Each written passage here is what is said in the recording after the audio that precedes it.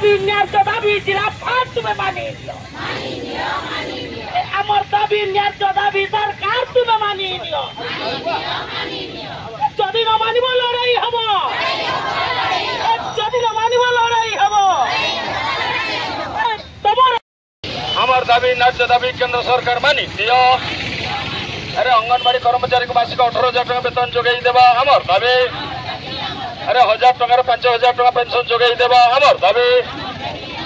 আমার দাবি ন্যায্য দাবি কেন্দ্র অর্থমন্ত্রী বন্দে বিএমএ জিন্দাবাদ, বিএমএ জিন্দাবাদ। আমার দাবি ন্যায্য দাবি সরকার তো মানি দিও। যদি না মানিব লড়াই হব।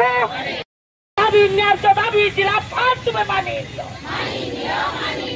আমার দাবি ন্যায্য দাবি সরকার তুমি মানিয়ে নিও। যদি না মানিব লড়াই হব,